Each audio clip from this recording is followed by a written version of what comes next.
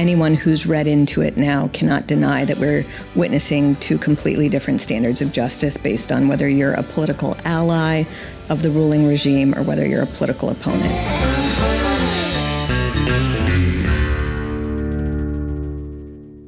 Welcome to a very special episode of the Kevin Roberts Show. You know, we usually record this either in the studio at the Heritage Foundation or, as we've done recently, on the road in the great state of Texas. We'd be willing to come to your state, but today we're doing this recording in front of a live audience. People, real Americans, great American patriots are here. Soon I will introduce my guest, but let me first acknowledge there are real people in the audience. Where are you, America?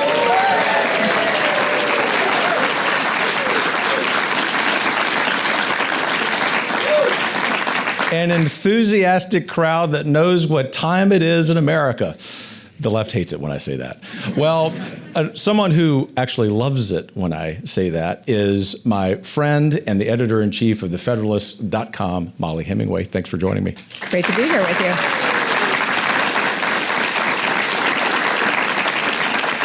Somehow, some kind of way, Mollie, you and I are just going to have a conversation in front of all these people.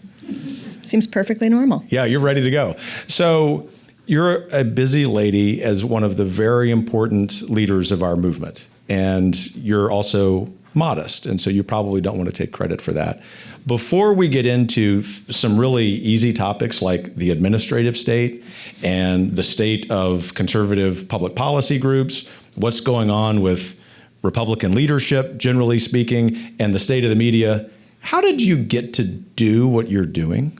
I'm not sure exactly how that happened. I'm from Colorado. I came out to D.C. actually to start getting an advanced degree. I failed at that immediately, and then Which means you're really smart. Yeah, somehow decades later, here I am. So I just always cared about some of the issues that we all care about. I studied economics in school, care deeply about protection of unborn human life, and so I just think it's an honor to be able to work on some of those issues in the media space.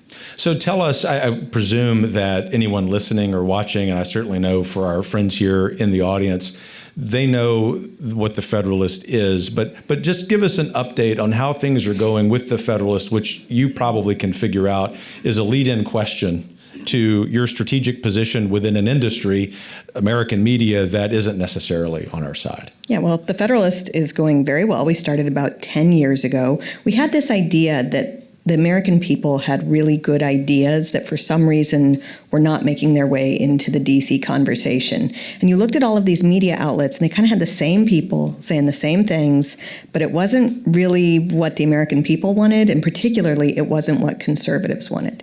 So we wanted to have a publication that would just force the conversations that actual Americans throughout the country wanted to be having into the space where the decisions are made. And that has gone very well for us. So we are broadly ecumenical on the right, and we love to host debates. We don't try to say like who's in and who's out of the movement. We just more like to look at the debates that are happening, looking at good ideas, testing out those ideas. And I'm really glad we started it. It's clearly a very important thing, and you see it in so many aspects that the American people want to be having more influence on the conversation that's happening in D.C. We're going to come back to the question of the state of the American media writ large, and it's something that obviously you know a lot about and something that frustrates you and me and millions of Americans. But I don't want to do that until we pursue something you just mentioned, which is the ecumenism of the Federalist regarding the American right. And because there's a very similar mission that Heritage has, we have our particular policy positions, but one of our founders, Dr. Ed Fulner, is famous for saying we add and multiply. We try not to subtract and divide.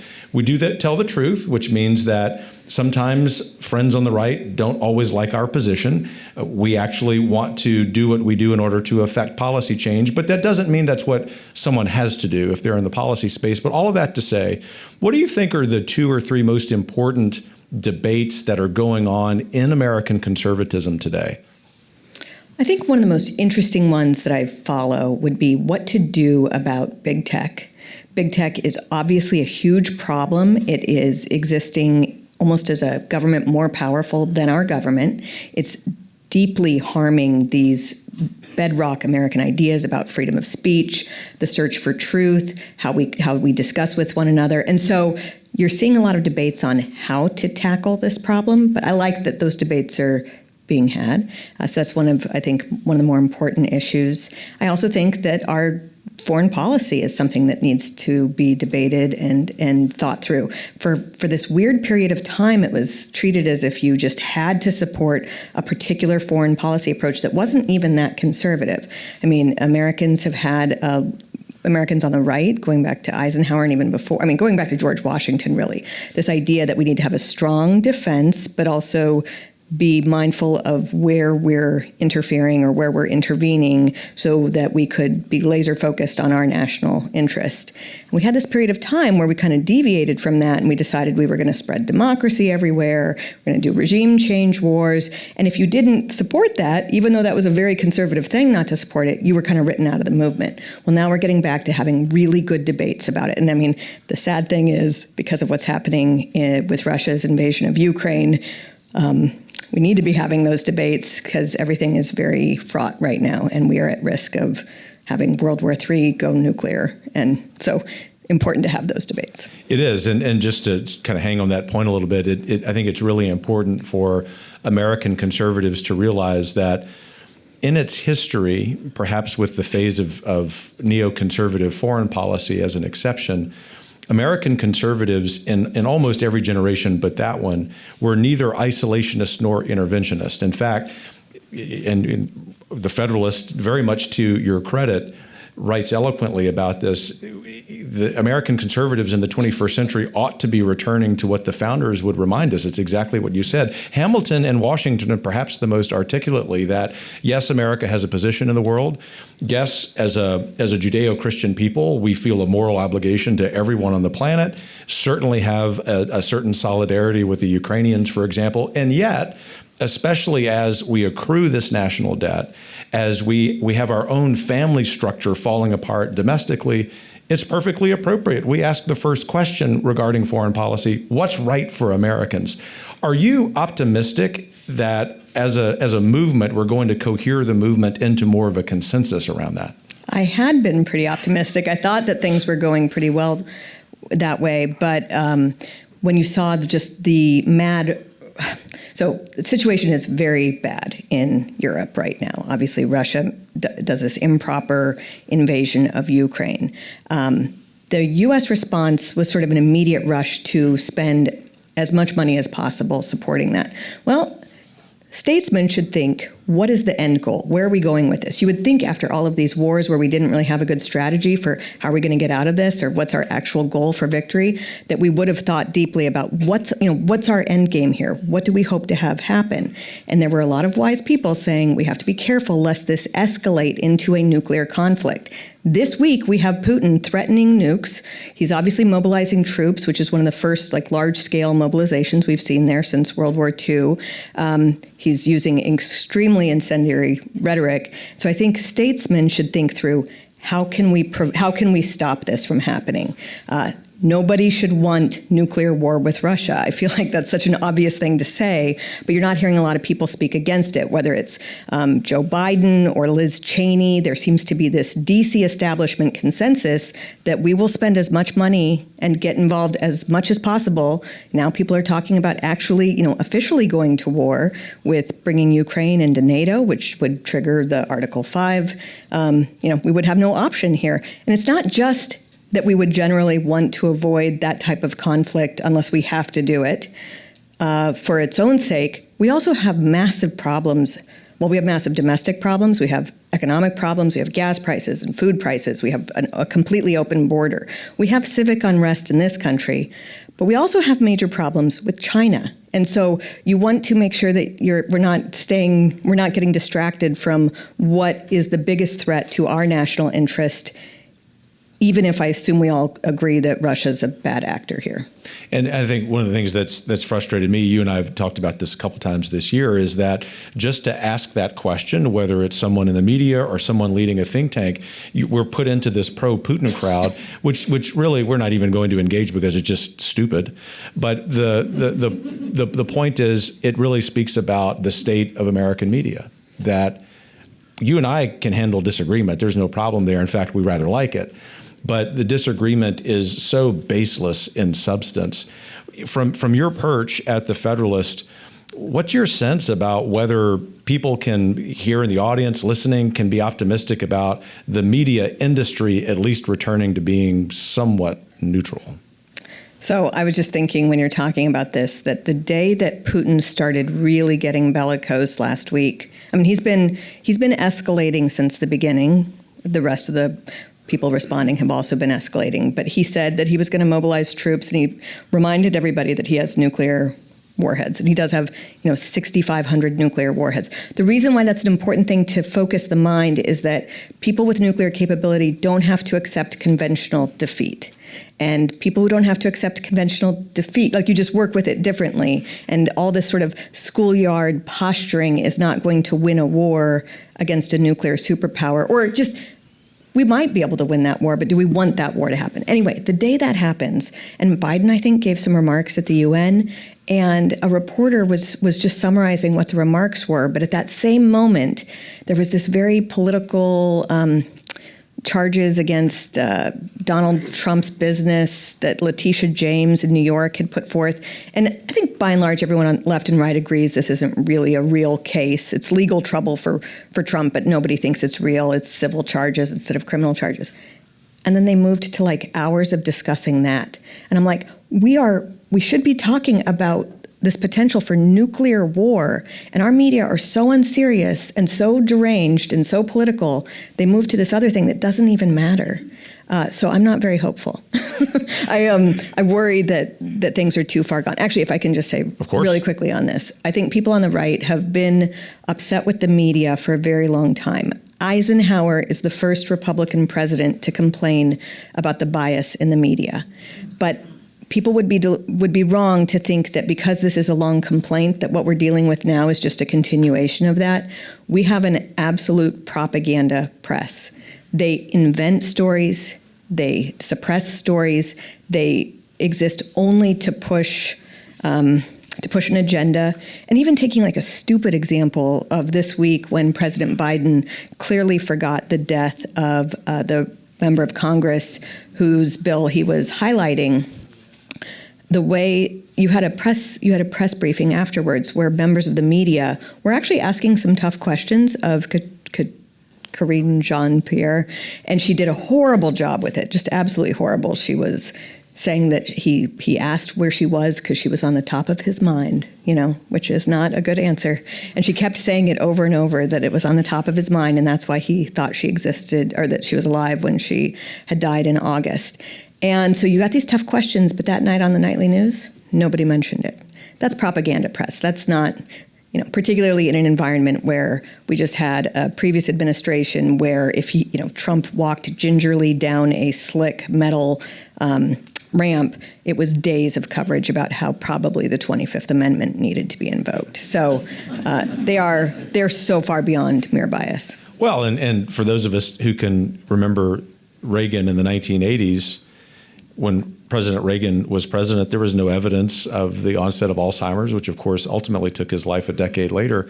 But the media every day were inventing these stories, right? And if that's happening, if there's some cognitive decline for the leader of the free world, then we ought to know about it, not for the gratuitous picking on him. In fact, we ought to have great charity there, but we would expect the media at least to state what reality is, and they're not doing it.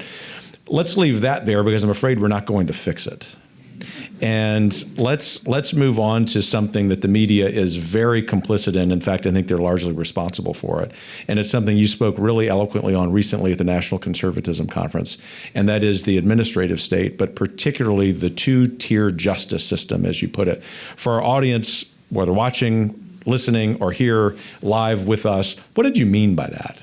Well, we have witnessed, and this is not a completely new problem, but I think anyone who's read into it now cannot deny that we're witnessing two completely different standards of justice based on whether you're a political ally of the ruling regime or whether you're a political opponent. A really good example, I think, is how we had widespread, coordinated, very well-funded riots against the White House, against federal courthouses that were besieged, firebombed for months in Portland, the Marco Hatfield Federal Courthouse, federal monuments to our history, police precincts, and we had very little response to that at all. The Department of Justice basically said there's not much we can do here.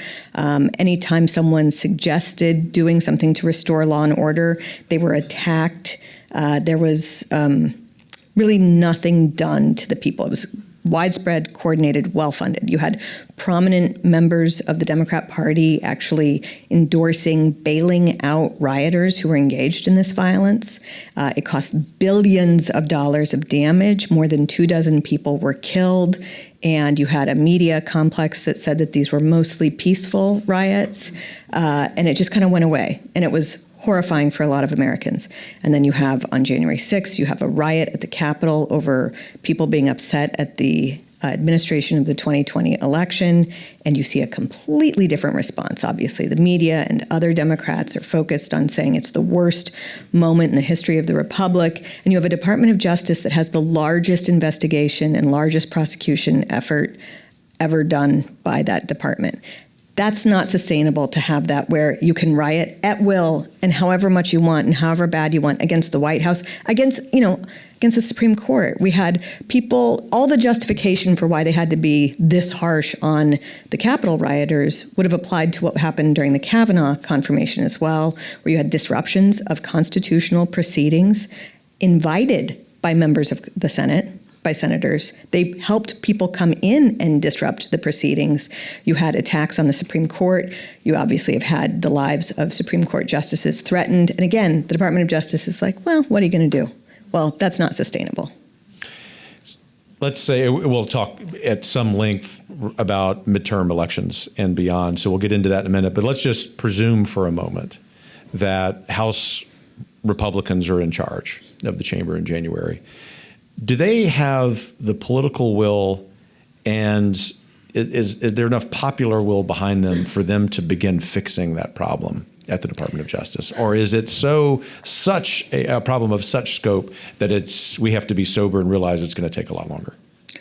I certainly think everyone should realize how long it will take to truly fix the problem. I am hopeful, which I feel stupid for being hopeful.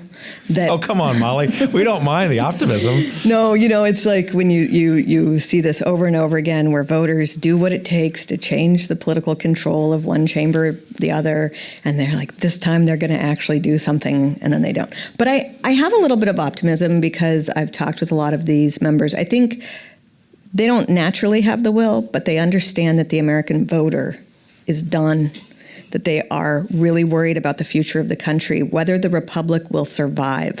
And there's a much greater awareness. I mean, we're in a totally different place than we were like 6 years ago in terms of people's awareness of the corruption of the bureaucracy, how it is going after self-government, and how a lot of what's happening, a lot of what's coming out of the Department of Justice reminds a lot of people more of Soviet-era Russia than what they would ever have hoped would have happened in the U.S. And there have been problems for a long time. There have been efforts to improve those things. There was a church commission to take over, to look at some of the abuses at the Department of Justice, several decades ago. Something needs to happen. I'm a little worried too, because while Republicans, I think, seem to understand the issue, it would be great if there were some Democrats who understood that this is a threat to the Republic. And so even if the political advantage of having a completely weaponized Department of Justice is massive, and it clearly is, it's very bad for the country. So you'd hope somebody would peel off there. And that's distressing. I mean, I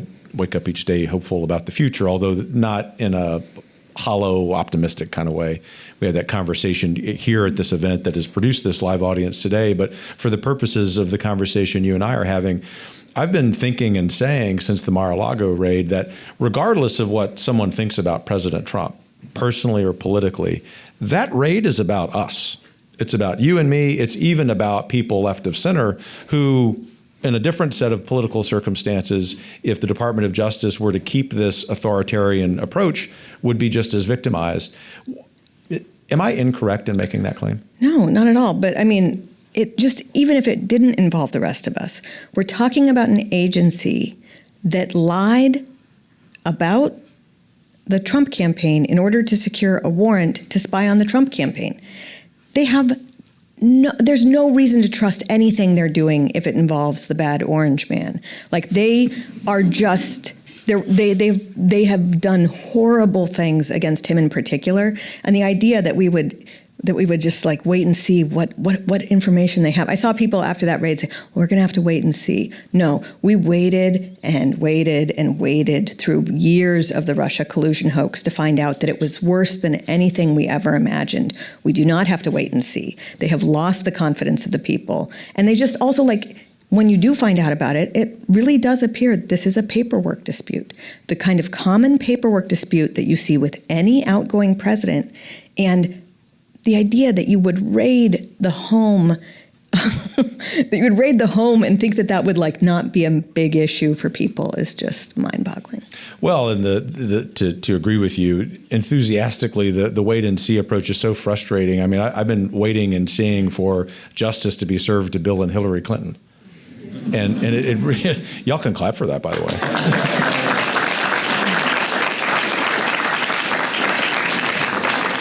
I thought y'all were still here and awake, so thanks for the reminder. But it really does underscore the two-tiered system of justice we have.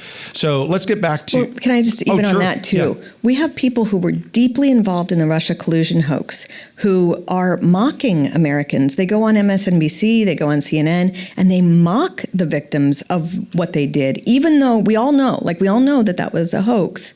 We all know that was done by the Hillary Clinton campaign, that the FBI was a willful participant in it, and they still haven't held anyone accountable. And that bothers me more than anything, I think.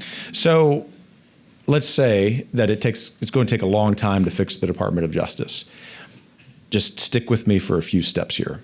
Let's say there's a conservative majority. I'm just going to leave party out of it. There's a conservative majority focused on this in the House and the Senate in 2023. And let's say that they actually are going to wield the power they have. That would be remarkable. I'm a historian. I just call the balls and strikes. And then let's say that in 2025, there's a conservative president, whoever that is. And let's say that conservative president is willing to wield the power he or she has. Do you think that this decade we could totally reform the FBI? So I think it could happen. I do want to just be realistic here. Oh, there you go again. On the House side, I think that there's more energy there. The Senate is still struggling with its identity. The conservatives in the Senate are still struggling with their own identity. They seem to resist this idea that they need to use their authority and use their power to affect positive change. I'm really interested to see what happens in the midterms. Every time you have new members come in, they have their own, they reflect the attitude of the moment. Well, the attitude of the moment right now, I think, is really interesting. And so I think some of these people who might get into the Senate would add a much needed vigor and enthusiasm for actually getting things done. So that's my little, but I'm not totally optimistic. I think the Senate still is having a bit of an identity crisis. We don't really have an option other than to reform the FBI. They are a threat. They're a threat to the continuation of our republic as they are right now. I mean, they're doing the partisan things, but they're just not being even in their administration of how they handle problems. You have, like I mentioned, assassination attempts against a Supreme Court justice, actually threats on many Supreme Court justices, threats on judges, fire bombings of pro-life maternal care centers, attacks on churches. And the Department of Justice has all but said, like, not really a big deal. And then meanwhile, they're going after anyone on the other side of the issue who's involved in any kind of scuffle outside of a clinic. This is one of the most important things for us, is that we be a nation of laws and not of men. And our FBI and unfortunately Department of Justice, too many people there do not understand the importance of doing that. So I'm optimistic only in the sense like we have to reform the FBI. There's no other option. But if we don't, very bad for the country. Sorry to be so negative, but unfortunately, I think that's true. So I sense, however, that the House conservatives, and not just our Freedom Caucus friends, who happen to be my closest friends in Congress, they are serious once they have the gavels, the Oversight Committee, all of the committees, obviously, because they will be in the majority, about seizing the moment, and not just for the purposes of partisan political gain. But the other part of that is, and we were chatting about this before we started the recording, is that there also has to be what I like to call the ecosystem of policy groups, of grassroots people. There has to be the political will that's supporting them, as I like to say, providing air cover for these elected officials to do something that's kind of risky. Do you sense that the conservative movement is there and ready to seize that moment? So I was just talking about this with members of leadership on the House side today, and there is a reality that the think tanks that were supposed to support conservative governance in this town had not done a very good job. Some in particular, were almost working against conservatism as opposed to supporting them with good ideas.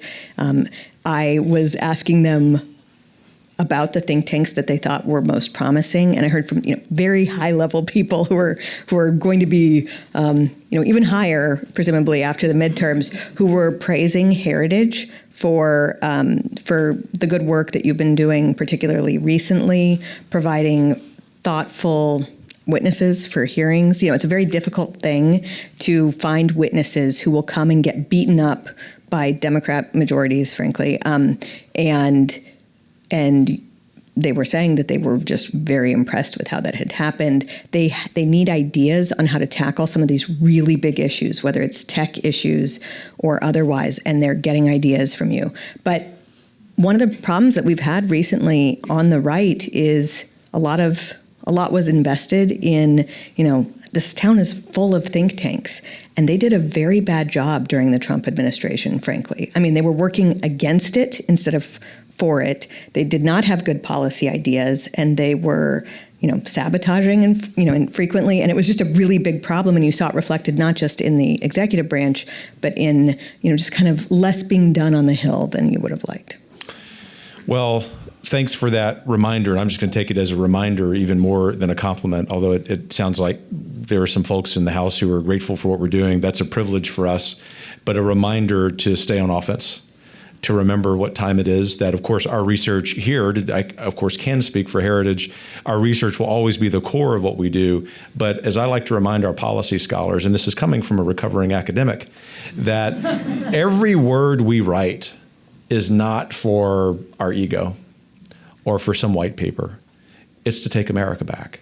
And I think we just believe at Heritage that if we do an even better job of that with each successive year, that we actually have reasons to be optimistic. But I want to let that be the context for a policy question for you. I'm grateful, we're grateful at Heritage that there's a commitment to America.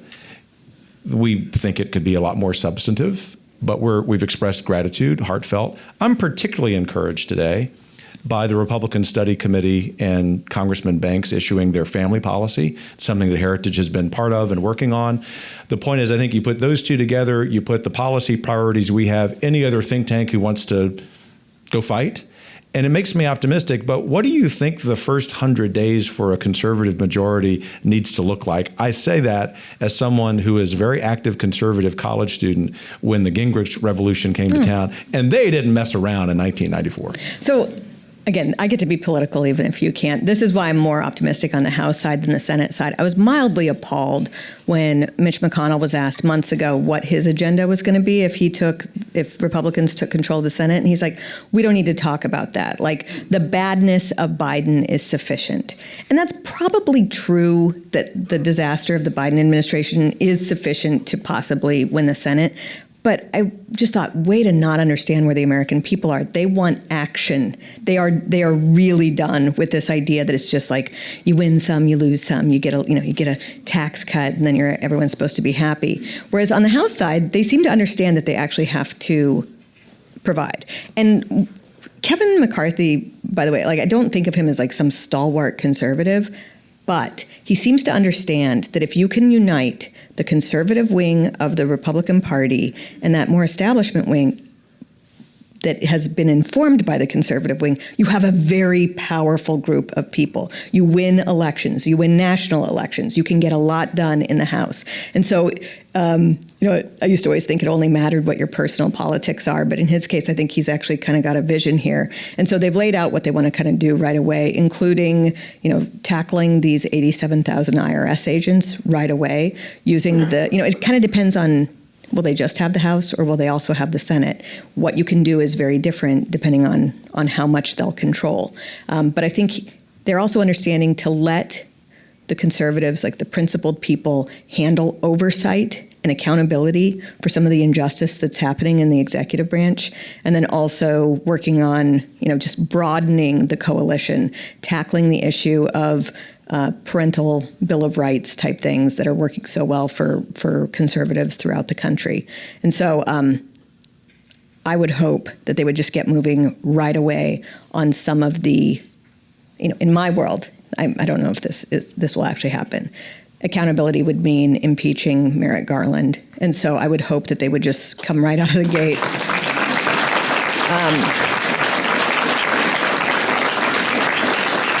Working, just immediately call him to testify. If he does not provide every document that they ask for, they hold him in contempt immediately and they start building the case, because there are so many different areas in which he has really attacked the country on these this uneven handling of rule of law, the going after the parents.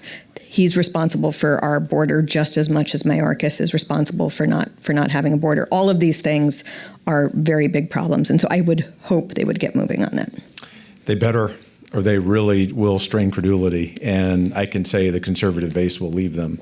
And say this as a friend, grateful to all of them, representing the largest conservative policy group in the world, the privilege of leading that. We are conservatives 100 times out of 100 before we're members of any political party. And so we look forward to being the accountability party.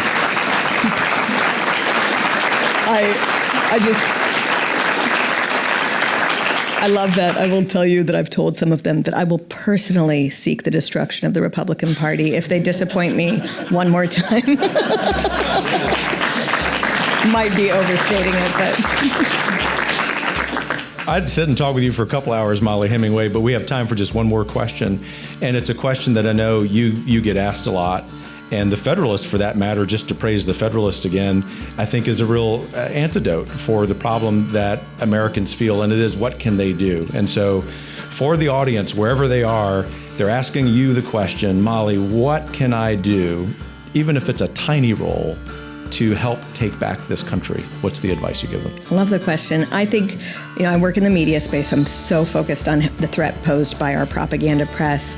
But I was reading recently that where people get their news, a lot of people get it off Facebook or they get it off their respective media outlets, but most people get their news by talking to friends and neighbors. And I think this shows the value of being informed yourself and having the courage to speak with your friends, your family, your neighbors, because that actually can do far more to affect how things end up than anything else. And it does also, like practicing that courage of speaking the truth to people who may not be completely aligned with you is good practice for the days to come. Simple but very effective. Well, for those of you who are here live in our theater, how about a round of applause for Mollie Hemingway?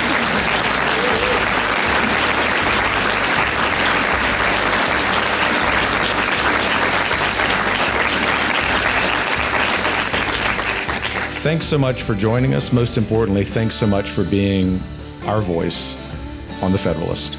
And for those of you who have tuned in to this episode of The Kevin Roberts Show, I hope you're feeling that you've heard some reality, but that you're also a little more encouraged about the conservative policies that must happen so that we can take our country back. Thanks for joining us. We'll see you next time.